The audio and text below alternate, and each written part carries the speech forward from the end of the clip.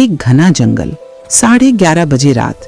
Victoria हवेली, पुराना farm house, पेड़ों की छांव में आधा छिपा हुआ, चारों ओर सन्नाटा। हवेली के टूटे हुए दरवाजे और खिड़कियां हल्की हवा में चरमराते हैं।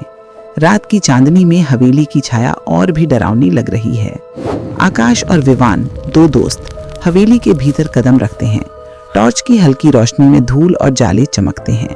सड़ी लकड़ी की गंध और बंद पड़े कमरे की हवाओं में गलाजत खुली है। दोनों की आंखों में रोमांच और हल्की घबराहट। उनके जूतों के नीचे टूटी लकड़ियों और कांच की आवाज गूंजती है। वे लंबे सुनसान हॉलवे से होते हुए ऊपर की ओर बढ़ते हैं। दीवारों पर पुराने चित्र, जिनमें चेहरों की आंखें उन्हें घूरती प्रतीत होती हैं। हर कदम पर छत से धूल झड़ती है और कहीं दूर से कोई चूहे की आवाज सुनाई देती है। पहली मंजिल के एक बड़े बेडरूम में पहुंचते हैं। टूटी खिड़की से चांदनी का एक पतला टुकड़ा जमीन पर पड़ता है। कमरे के एक कोने में जंग लगी विशाल अलमारी है। दोनों धीरे धीरे उसके पास जाते हैं। विवान के चेहरे पर चिंता, आकाश के चेहरे पर उत्सुकता। आकाश अलमारी का दरवाजा खोलता है। लंबी चीखती आवाज, अंदर सड़े हुए कपड़ों का ढेर और नीचे कोने में चमड़े की पुरानी डायरी चमकती है। दोनों उसे उठाते हैं।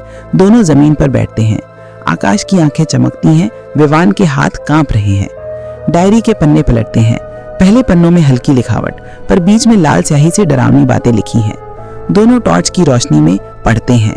हवेली में एक अदृश्य तीसरा साथी हमेशा मौजूद है, जो जोड़े के साथ रहता है।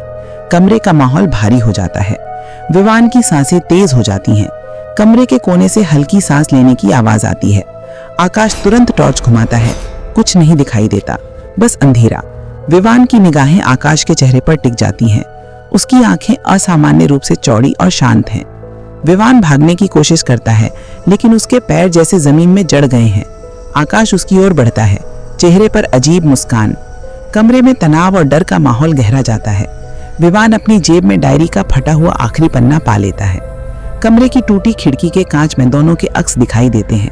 अचानक एक तीसरा धुंधला अक्स भी दिखता है, जो आकाश के पीछे खड़ा है। चेहरा अस्पष्ट, आंखें खाली, हाथ आकाश के कंधे पर।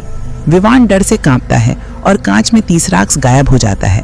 अब सिर्फ दो ही दिख रहे हैं, आकाश सफेद आंखों के साथ, विवान के चेहरे पर वही ठंडी मुस्कान। दोनों धीरे धीरे अलमारी वाले कमरे की ओर लौटते हैं। हवेली के बाहर रात और गहरा जाती है। कमरे में उनकी परछाइयां मिलती हैं। जमीन पर खुली डायरी इंतजार करती है।